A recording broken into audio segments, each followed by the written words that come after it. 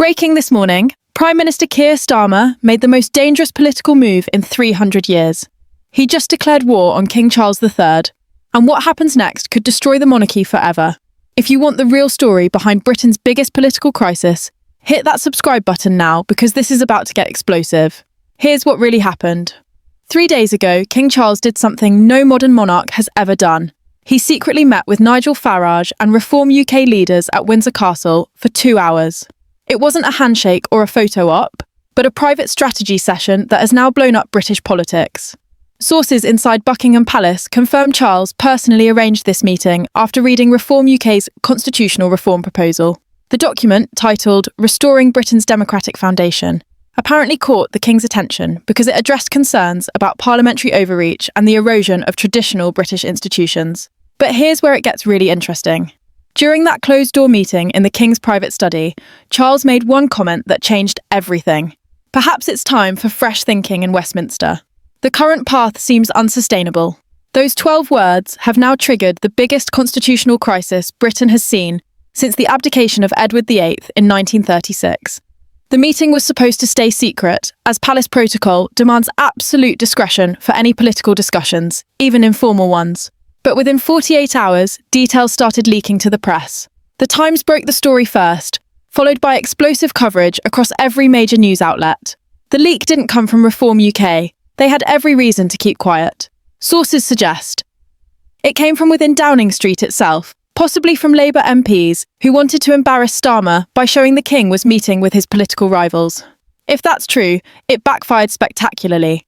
When Starmer found out about the meeting, he completely lost control. Multiple witnesses from yesterday's emergency cabinet meeting described a Prime Minister in absolute rage. According to Deputy Prime Minister Angela Rayner, Starmer was pacing the room like a man possessed. Then came the moment that will probably end his career. Starmer slammed his fist on the cabinet table and screamed, "If Charles wants to play politics, I'll show him how the game is really played. The monarchy serves Parliament, not the other way around. He's forgotten his place." But it didn't stop there. Education Secretary Bridget Phillipson later revealed that Starmer continued his rant. 300 years of constitutional tradition? That's just old men in fancy clothes playing dress-up. This is 2025, not 1725. If he wants a fight, he's got one. That single outburst just crossed the ultimate red line in British politics. No Prime Minister has ever spoken about the monarch this way, not even during the most heated political battles of the past century. Within hours, the story leaked from the cabinet room. By evening, every major news outlet had sources confirming Starmer's explosive comments. The headlines were devastating. The Times, PM's royal rage, Starmer declares war on Crown, Daily Mail, Starmer's Republican Revolution. The Guardian, constitutional crisis as PM attacks monarchy. The Sun, off with his head, Starmer goes nuclear on King. But the real damage wasn't in the newspapers. It was happening on social media, where British voters were expressing their shock and outrage in real time. Within 6 hours of the story breaking, #Defend the Crown was trending #1 worldwide. Pro-monarchy social media accounts exploded with angry posts defending King Charles and attacking Starmer's treasonous comments. Video clips of Starmer's past speeches were being shared with captions like, "This is what happens when Republicans get power." Memes showing Starmer with a guillotine or dressed as Oliver Cromwell flooded Twitter and TikTok. But it wasn't just right-wing accounts driving the backlash. Traditional Labour voters, especially older ones in working-class constituencies, were publicly distancing themselves from Starmer's comments. Margaret Thompson, a 68-year-old retired teacher from Liverpool, who's voted Labour her entire life, posted a viral TikTok saying, "I supported Labour, through Thatcher, through Blair, through everything. But attacking our king, that's not the Labour Party I know. That's not Britain." Her video got 2.3 million views in 24 hours. The numbers are catastrophic for Labour. YouGov's emergency poll, conducted just 18 hours after the story broke, shows 73% of Brits believe Starmer went too far in attacking the monarchy. Labour's approval rating crashed from 42% to 28% overnight. In traditional Labour strongholds, support has fallen even further. 68% say they've lost confidence in Starmer's judgment. Most damaging of all, 45% of previous Labour voters say they're reconsidering their support. These aren't normal political poll shifts. This is the kind of catastrophic collapse that ends careers and reshapes parties. But here's the most chilling part of this entire crisis. King Charles hasn't said a word. There has been no statement from Buckingham Palace, no royal response, no public comment whatsoever. And that silence is more powerful than any royal proclamation could ever be. Constitutional experts are calling this strategic silence the ultimate political chess move. Professor Sarah Matthews from Oxford University explains, the king knows that any direct response would politicise the crown and give Starmer ammunition to claim royal interference. His silence is the most politically smart move possible. But there's something else happening in that silence. Palace insiders suggest Charles is genuinely hurt by Starmer's personal attacks. One source close to the king described him as deeply saddened that the office he serves has been dragged into such ugly political theatre. The silence also allows public outrage to build, without royal interference. Every hour that passes without a royal response makes Starmer's comments look more outrageous and unprovoked. Inside Labour headquarters, panic has completely taken over. Senior MPs who've supported Starmer for years are now privately questioning his judgment and political survival instincts. Chief of Staff Sue Gray, once considered one of Starmer's most trusted allies, reportedly had a screaming match with the PM about damage control. Sources say Gray threatened to resign before being talked down by other senior advisers. But the real crisis is happening in Labour's parliamentary party. A WhatsApp group called Damage Control was set up within hours of the scandal breaking. The group now includes over 40 Labour MPs discussing everything from public statements to leadership challenges. Veteran MP Diane Abbott was reportedly heard telling colleagues, "In 40 years in this party, I've never seen a leader self-destruct like this. He's not just damaged himself, he's damaged all of us." The conversations in that WhatsApp group have turned to succession planning. Names being mentioned include Deputy Prime Minister Angela Rayner, Shadow Foreign Secretary David Lammy, and even former Labour leader Ed Miliband as a safe pair of hands interim option. Even more damaging than backbench grumbling is the growing revolt within Starmer's own cabinet. Multiple government sources confirm that at least 3 cabinet ministers have privately expressed serious concerns about the PM's handling of the crisis. Transport Secretary Louise Hay was reportedly seen leaving Downing Street in tears after a heated meeting with Starmer. Sources suggest she's considering her position over what she called this madness.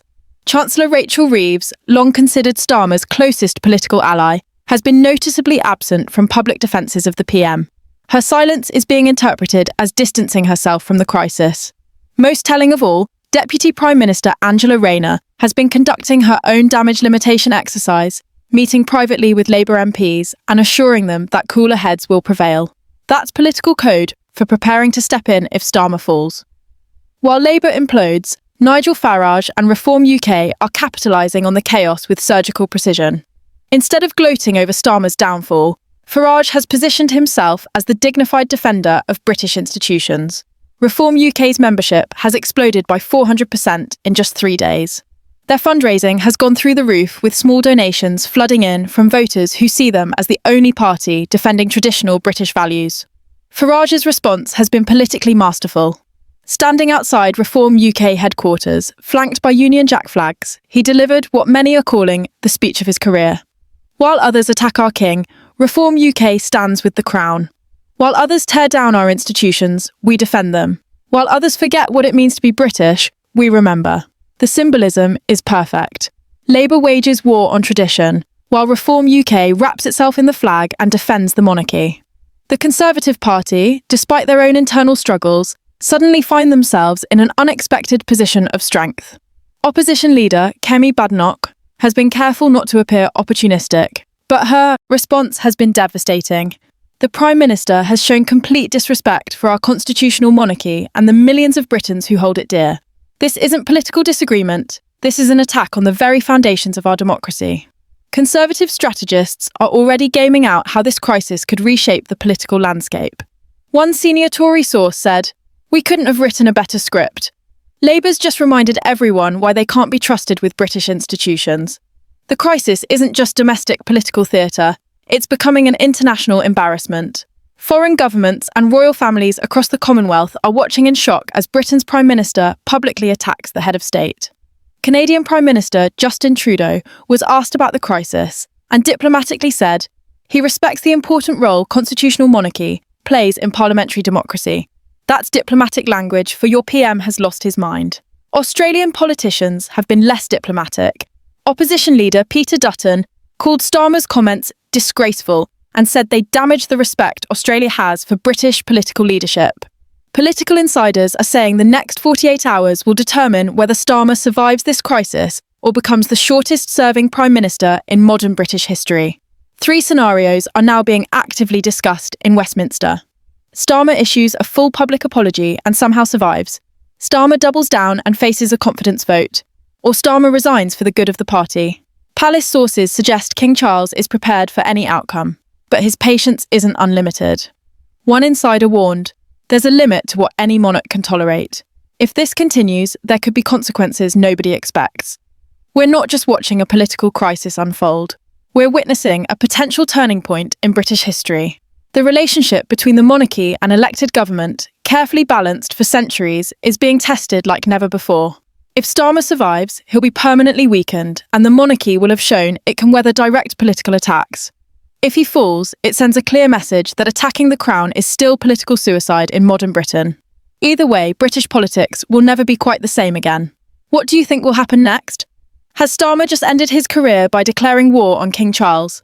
Can Labour recover from this constitutional crisis? And what does this mean for the future of the monarchy itself? Drop your predictions in the comments below. I'm reading every single one. And if you want to stay updated on this developing story, make sure to subscribe and hit that notification bell. This crisis is far from over, and the next chapter could be even more explosive than what we've seen so far. The battle for Britain's future is happening right now, and you won't want to miss a single moment of what happens.